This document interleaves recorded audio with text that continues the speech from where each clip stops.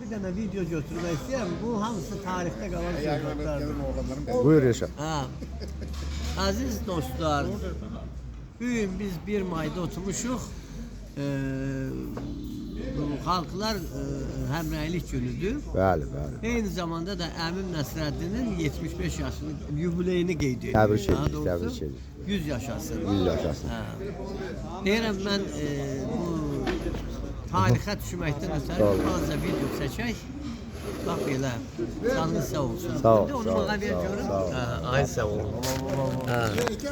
Deyirəm başlayaq birinci yeznədən. Ay yeznə bir dənə yaxşı söz de görüm. Deyim, niyə demirəm? Ha.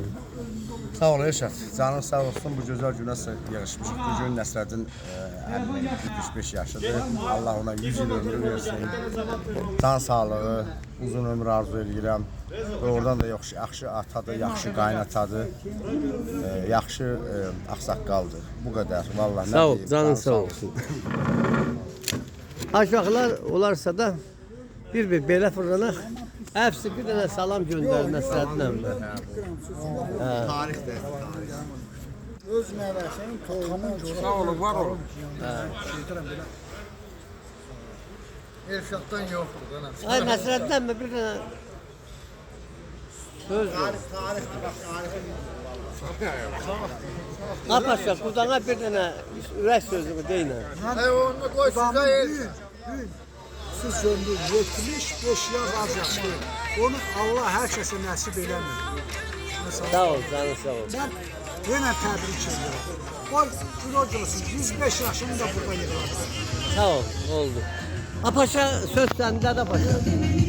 Ay, dayan mən açayım. Aşağı yox, möylü. Bir dəqiqə. Möylü. 105 yaşında belə oturarsan belə tam. Sağ ol, qadın ol. 105 yaşında. Sağ ol. Oldu. Ay Yasin əmi bir söz de.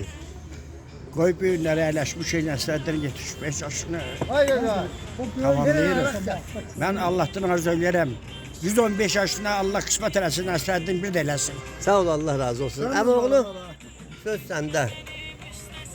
Ne sen 100 yaşasın, can sağ olsun, can sağlığından 100 yaşasın. Sağ ol. Ay Amir söz səndə. Məndən də ara yox, elə belə deyim, değil mi? Sağ ol, aynı səni. Çox sevirəm. Çox sevinirəm ki, bugünkü günü sənin 75 yaşını qeyd edirik. Allah gün olsun ki, sənin 85 yaşını, 95 yaşını, hətta 105 yaşını qeyd eləmiş olan. Sağ ol, sənin sağlığın olsun. Allah razı olsun. Səni çox sevirəm. Ha. Yerini yox, A kardeş ama biz elə ikiniz də söz birinci. Allah sana 100 yaşasın, 100 yaşa. Bir de gelen sen 100 yaşında 60'a tek. Ay sağ ol. Bari bak bir tane salam görün. 100 yaş. Ya bu çevrenin vallahi. Şu. Ha.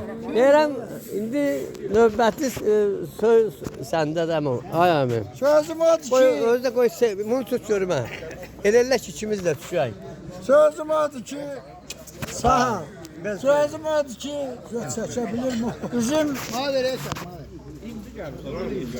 Bizim en çok yaşayanımız Kerimet kardeşim Kerimet olur merhum.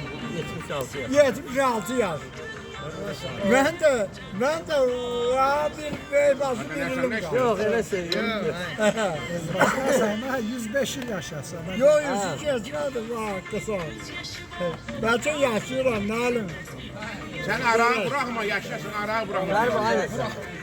Bələm, özünə o verin 100 yaşayacaq. Amma o verin olmaq lazımdır. Bu zamana xarab zamana. Hasan əlində olmalıdır. Dərmənini baxın, indi eləməzsən, sizə satarsın. Deyirəm, sağ olun, əziz dostlar. Bizim məclisdən balaca bir kadr götdük.